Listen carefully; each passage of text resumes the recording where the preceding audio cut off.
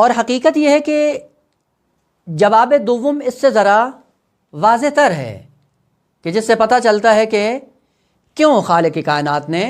مشکلات رکھیں۔ وہ یہ ہے کہ اگر انسان خلق ہوا ہے خدا کے لیے اور اس کو رکھا جا رہا ہے زمین میں، اس زمین کی رنگیلیاں اور رنگینیاں اور آسائشات، نعمتیں، لذائذ بہت سی ہیں، اگرچہ موقت ہیں،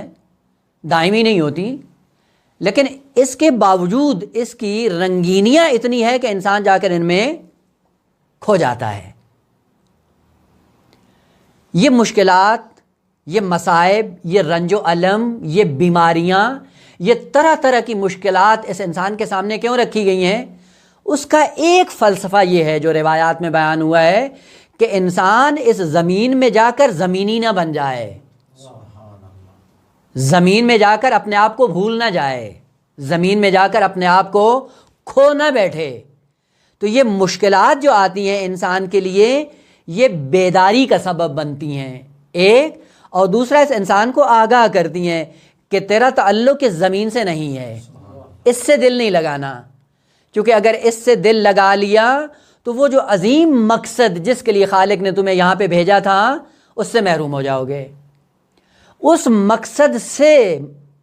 متوجہ رکھنے کے لیے اور آگاہ کرنے کے لیے اور اس سے وابستہ رہنے کے لیے خالق کائنات نے یہاں پہ مشکلات رکھیں، اور ان مشکلات کے نتیجے میں کیا ہوتا ہے کہ انسان اس عالم سے اظہار تنفر کرتا ہے۔ آخر یہ بھی کوئی عالم ہے، یہ بھی کوئی عالم ہے جس میں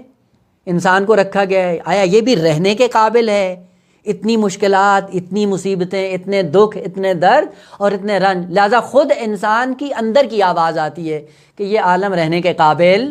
نہیں ہے۔ بس یہ آپ کے اندر کی جو آواز آتی ہے کہ یہ عالم اس رہنے کے قابل نہیں ہے، اسی مقصد کی خاطر خالق کائنات نے ہر انسان کے سامنے مشکلات رکھی ہیں، تاکہ ان مشکلات کے سائے میں آپ کی وابستگی اس دنیا سے نہ ہو، اس عالم سے لگاؤ پیدا نہ ہونے پائے۔ اور یہ حقیقت ہے کہ انسان جب تک آسائش میں ہوتا ہے دین، خدا،